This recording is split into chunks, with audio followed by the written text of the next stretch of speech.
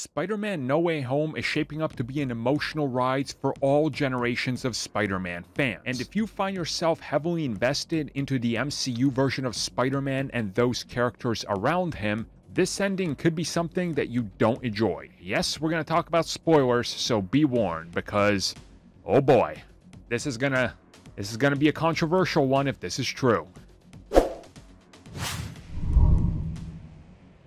So again, this isn't confirmed till we see the film for ourselves, so take it with a grain of salt, but considering everything we knew about this film for half a year or more before it came out, and those same people reporting on these things, there's pretty much precedent to believe that, yeah, this is real. Again, final spoiler warning before we get into it.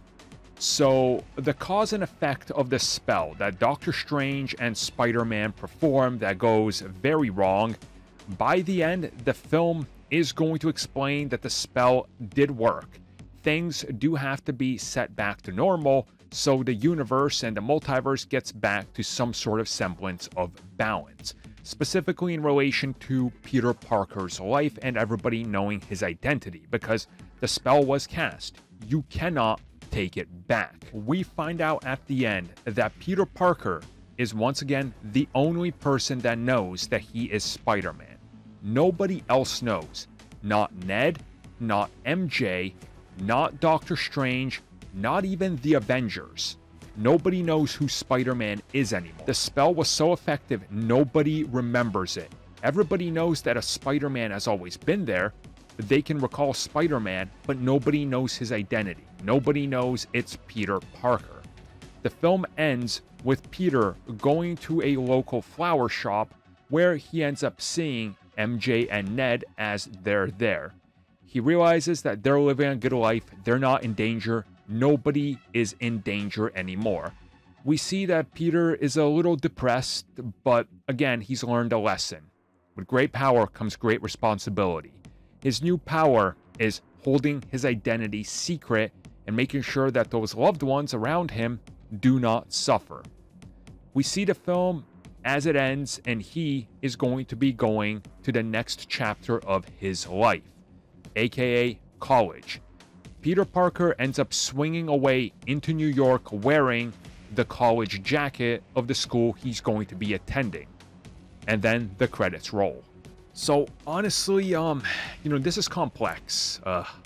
If this is true, you undo a lot of character development for everybody besides Peter. But with that, this is the most character development Peter's gotten almost ever in live action. He realizes nobody can know. I got a second chance. I can't risk anybody. Nobody. Not MJ, not Ned, not anybody. I have to do this on my own. I will lay low. I do like this. But again, I have to see it in execution and what follows next to fully grasp how it clicks together. Because this to me seems like you write him out. This seems like they still haven't made a decision. This seems like Sony and Marvel Studios both playing ball with one another and just leaving him in a limbo. So if they can't work something out, well, he shows up and faces Venom, and there he is. And Venom, right? Multiverse. Hey, how'd he get here? Who cares? It's Peter Parker. He's part of this. On the other hand, if they work something out, then you go, well, he's back.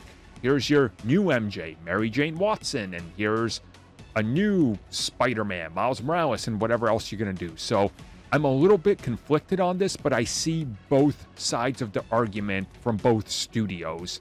And this ending, again, I got to see it in execution, because the way it sounds when you just read it, it sounds lazy. But again, we have to see the entire film for ourselves. But this ending is definitely going to cause a lot of commotion among Spider-Man fans, like everything else.